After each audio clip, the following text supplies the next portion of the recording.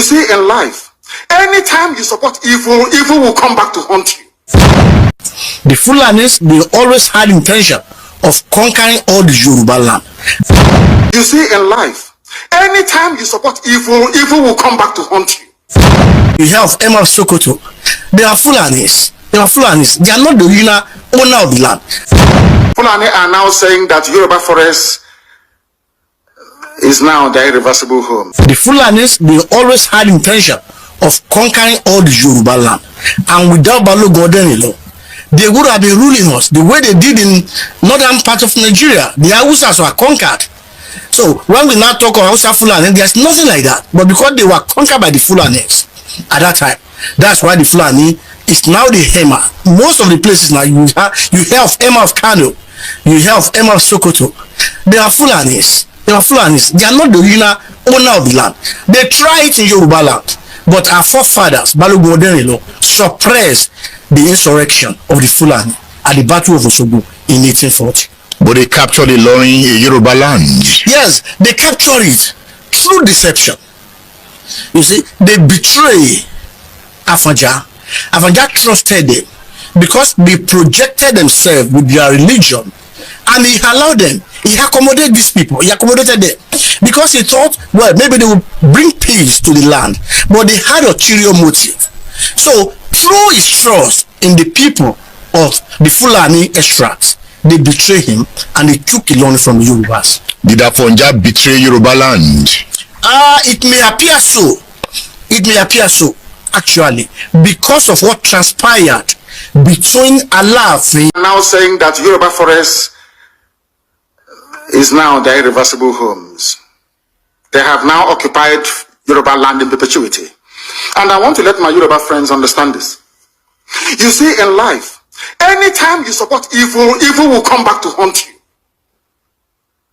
All of you never knew that IPOB and this Biafra movement was for your liberation.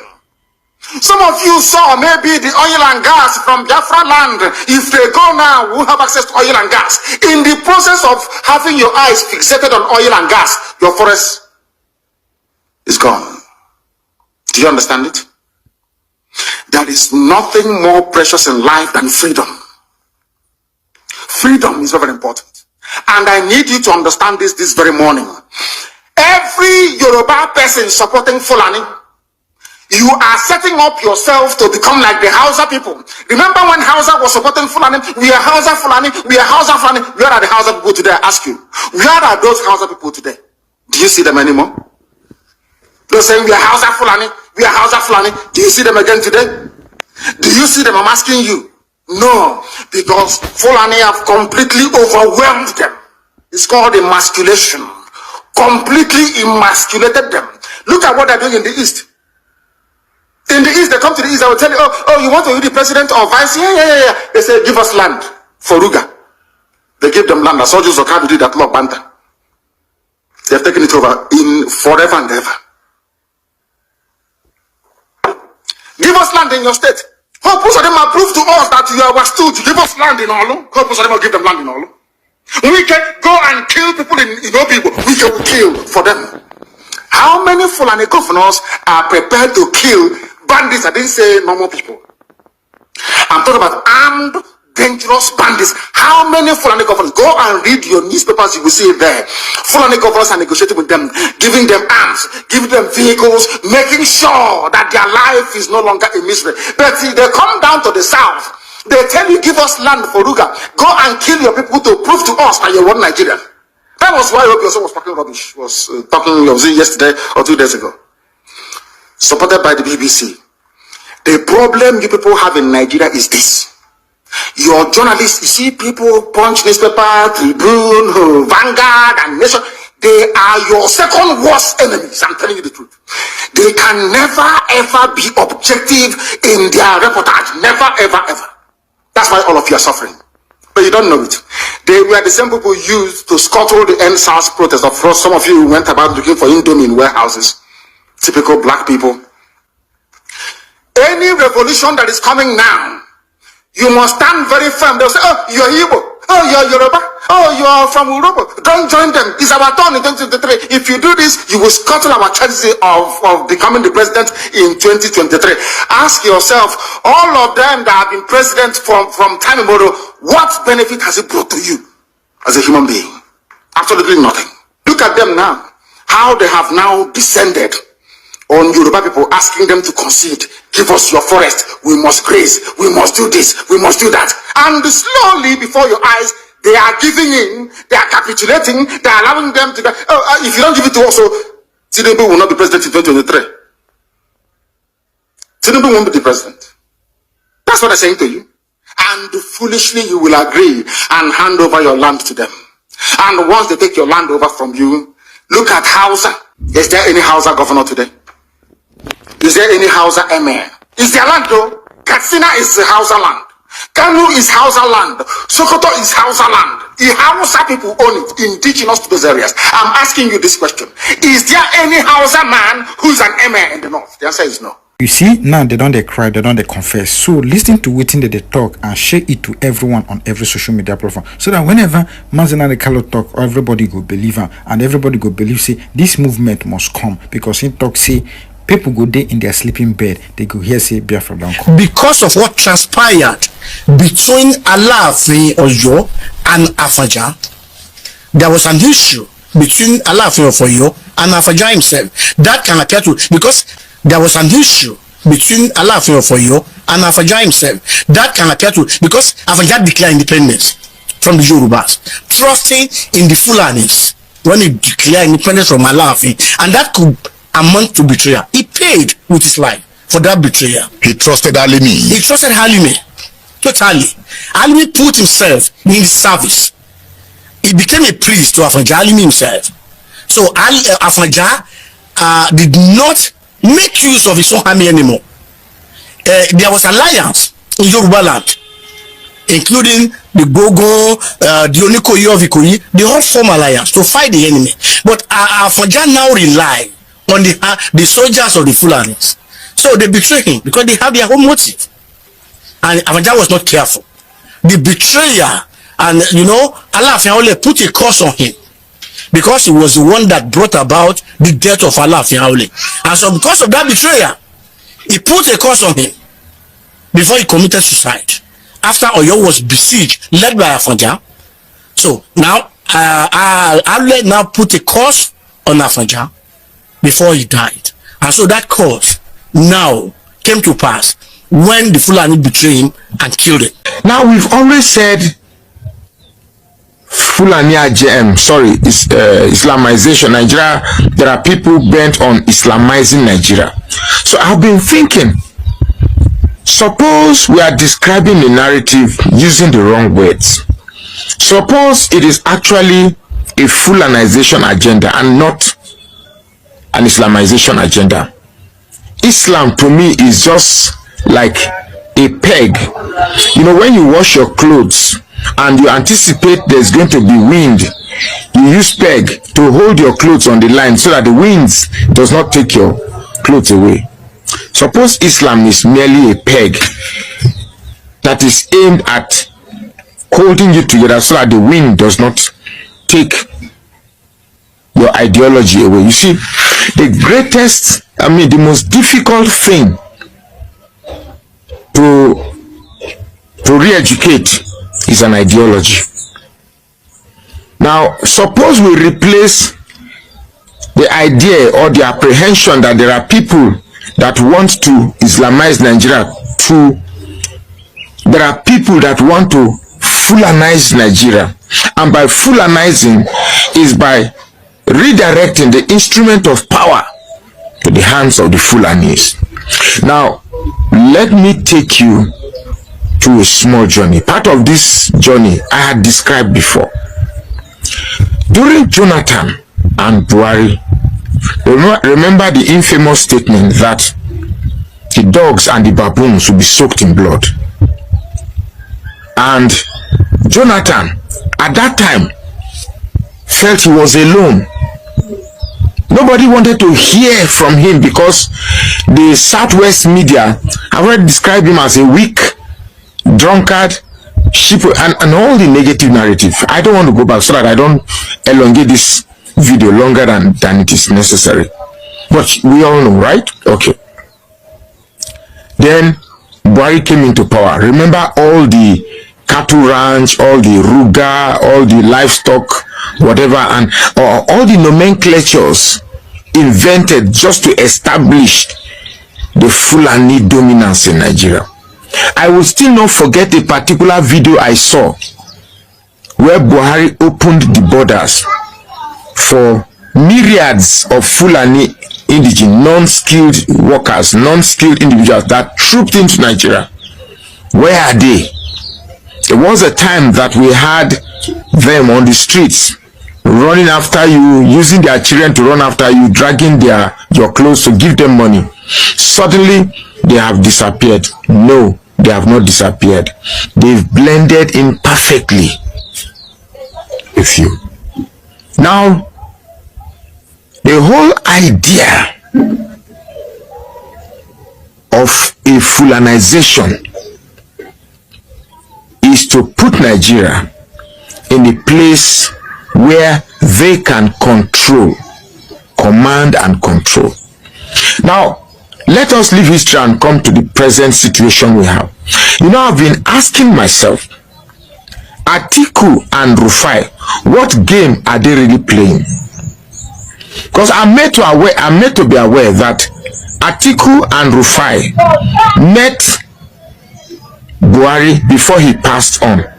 What was it they discussed? The whole idea of setting up this coalition, what's the idea? Now, when you add that to the fact that people are wooing Jonathan to come and to contest for the presidency, of course, Jonathan will not win. And if Jonathan is going to come across this video, let me just tell him, Jonathan, you will not win. Everything is just aimed at speed. You know, sometimes I wonder. I hope it's a mere rumor, because Jonathan has not. I think with the viral nature of this news, I believe if it's a lie, Jonathan should have come to debunk it. But for Jonathan to remain silent, that means there may be an element of truth to it. But if it is truth, I would advise Jonathan not to do it, because that will mean that I don't even know the right word to describe that would mean we are so cheap. You have finished, your time has come and has gone. Be a statesman that you are. You are respected all over the world. Don't come and risk being reduced by contesting an election that you are not guaranteed to win. And why is it that the northern cabal will always use us in the south to destroy ourselves? Why is it that they don't want Obi? I will tell you for free. The Fulani cabal knows that a Peter Obi will upset the whole system, will change the whole formula, everything about what held the Fulani supreme. He will change it.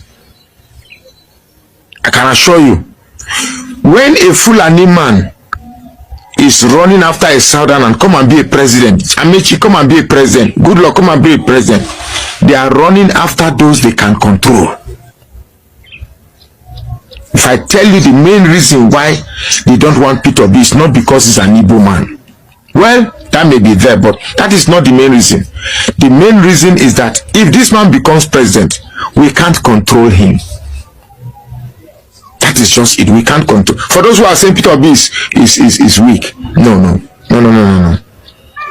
If you look at the how do I put it, the urgency with which they want power to come back to the north after spending just 2 years, you could see. Look, I'm going to say something that most Tinubu supporters may be happy that, hey, after all, what has said this.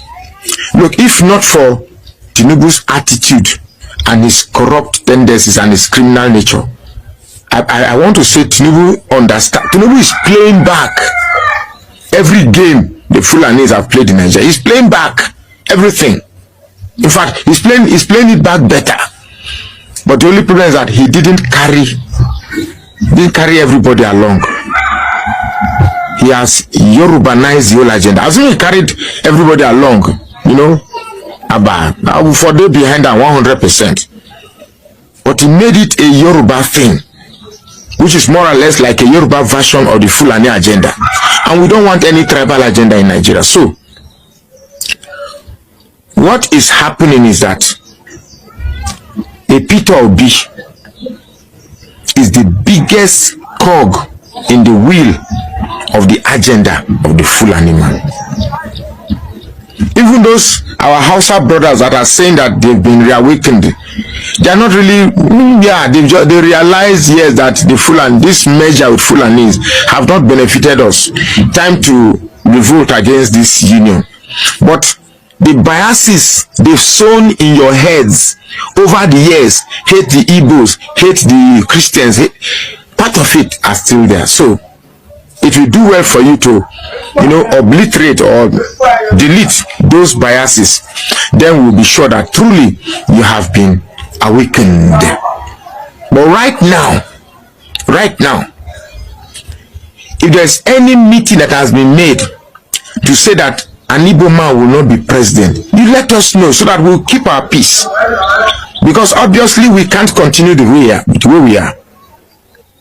Just because somebody belongs to a certain region, a certain ethnicity, a certain religion, it doesn't matter if he has all the good underpinnings to turn this country around and say, no, we should not vote for him, we should vote for thieves and criminals because they belong to the acceptable tribe, the acceptable regions, the acceptable religion. No, Nigeria cannot work like that. A Fulani man ruled this country for 8 years. It is sheer preposterously it is a sheer preposterous effrontery. It is a sheer preposterous effrontery for another Fulani man to be showing his attention after 2 years. Now I want to. There must be something there. There must be something. And if you are a Nigerian, you are, to be very frank, all those kicking against Peter Obi, yes, I'm not happy, but I'm not angry with you. You are just a victim of a narrative that have shaped your mind over the years to hate a certain tribe. You're just a victim. Your mind is a victim of narratives shared to you that Igbos will break this country. I will not allow it. You're just a victim. So with that, I feel pity for you. But for me, I want a country where I can fill my car, I can go to the market and feed my family. I don't necessarily want anything from the government except a good life. A leader that can bring policies that I can physically see that is transforming this country. So what do you want? For us to continue in this feeding and eating on propaganda that bears no physical development on us, or to embrace genuine development that you can actually see? Let's look at the Fulani question clearly. Yes. Where is the Fulani question taking Nigeria? Well, there's only one way it is taking Nigeria, is to destroy the country, to destroy the space. It has destroyed the country, and that's why I say we have now a space, is to take over that space and drive away, kill as many as they can kill, rape as many as they can rape, do whatever, plunder as many as they can, and take ownership of a place that never belonged to them. That is where they are taking Nigeria to. And the resistance that will follow their ambition, their nefarious plans, is that will bring now the confrontation that will nail the coffin of a place they used to call Nigeria. It will nail it? Oh yes, certainly. There's already a coffin? Certainly. There's no doubt in my mind. The Fulani are, they may be politically savvy because of their advisors in Britain and US. They are too unintelligent to want to take over the space called Nigeria. They are too unintelligent to think that they can ever become owners of this place. It's just not possible. Is that not a conspiracy? Intelligent theory? people will not attempt. Any intelligent people who cannot take over ordinary Biram in Plateau State, who have tried for more than 25 years and they've not been able to conquer Biram, just Biram, and take it over, who have never dared to attack a single village in Lantan, will now dream that they can overrun the entire Igbo land or overrun a Yoruba land. Where is that theory coming from? Which theory? This theory of Fulani wanting to take over land. It's not a conspiracy theory that must tear us apart. No, it's not a conspiracy theory. They tried in Plateau. Plateau is almost 100% a Christian place. Bauchi is about 80% Christian. Nasarawa is about 90% Christian. Niger State is about 60% Christian. Let's see what is there now. Benue had been completely ravished. Kogi State is under continuous attack. And they displace the people there. They settle there. When you go to Sango Katav has virtually become a Fulani enclave, which was so 20 years ago. It wasn't so during time Lekot gave them resistance. What I'm saying, therefore, is that the way they have plundered Benue, that people there can no longer go to their farms, they go into the houses, kidnap, rape, and so on and so forth. The plan is to continue. Once they will have taken over the place, is now to move downward south. That they now move to the east, they move to south. They've been killing people in Delta, they're doing the same thing in Yoruba land. Let me land. You can now see that it is the same pattern. That was the way it started when between 1804 and 1880, Yunfa, the supreme head of the Hausa kingdoms, of the Hausa 7 kingdoms, were massacred, and they took over and then installed emirs in these places, and they've not relented. It's the same dream that they want to continue now that they had a man who had greater sympathy for their cause than they ever had. Then what is unique about the Fulani that gives the Fulani the boldness to make the attempts you have just described, which the Sultan will not agree with you? I know Sultan now, they've now seen, that's what I'm saying, they've now seen that it's not possible, that they're just being stupid and misguided by their few leaders who are selfish and ignorant. Share, like, subscribe. Share, like, subscribe. Share, like, subscribe. Put it on your WhatsApp status. Comment. Share. That's your work. What does it take you to share? You don't cut your finger to share. Share.